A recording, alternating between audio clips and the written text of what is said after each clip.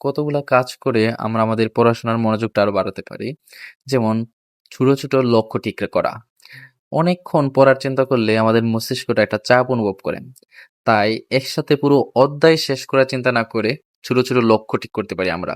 যেমন আজ শুধু ১০ পৃষ্ঠা পড়বো বা ২০ টা ম্যাথ করবো। এরকম ছোট, ছোট লক্ষ্য পূরণ হলে আত্মবিশ্বাস বাড়বে এবং পড়ার আগ্রহও বাড়বে।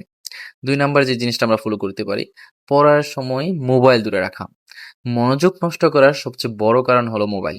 তো পড়ার সময় ফোন সাইলেন্ট করে বা অন্য জায়গায় রেখে ৩০-৪০ মিনিট পড়ার পর আবার আমরা কি করতে পারি? ৫ মিনিটের ছোট, ছোট ব্রেক নিতে পারি। তো এইভাবে কিন্তু আমাদের মনোযোগটা আরো বাড়াতে পারি।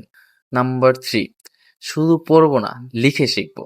শুধু বই পড়লে অনেক কিছু মনে থাকে না। গুরুত্বপূর্ণ বিষয়গুলা নিজের বাসায় লিখে নোট তৈরি করা, কোনো বিষয় কাউকে বোঝানোর চেষ্টা করা, এতে শেখাটা অনেক বেশি শক্তিশালী হবে। আরেকটা বিষয় হচ্ছে নির্দিষ্ট পড়ার সময় তৈরি করা। প্রতিদিন একই সময়ে পড়ার অভ্যাস তৈরি করা। যখন মস্তিষ্ক বুঝবে এই সময়টা পড়ার জন্য, তখন স্বাভাবিকভাবেই মনোযোগ বাড়তে শুরু করবে। এই টিপস গুলা ফলো করে আমাদের স্কুল লাইফে আমাদের যেই বইগুলো আছে এগুলো আমরা দ্রুত পড়তে পারি এবং মনোযোগ সহকারে পড়তে পারি। যেটা হচ্ছে আমাদের কি লং টার্ম কোনো কিছু মনে রাখতে সাহায্য করবে।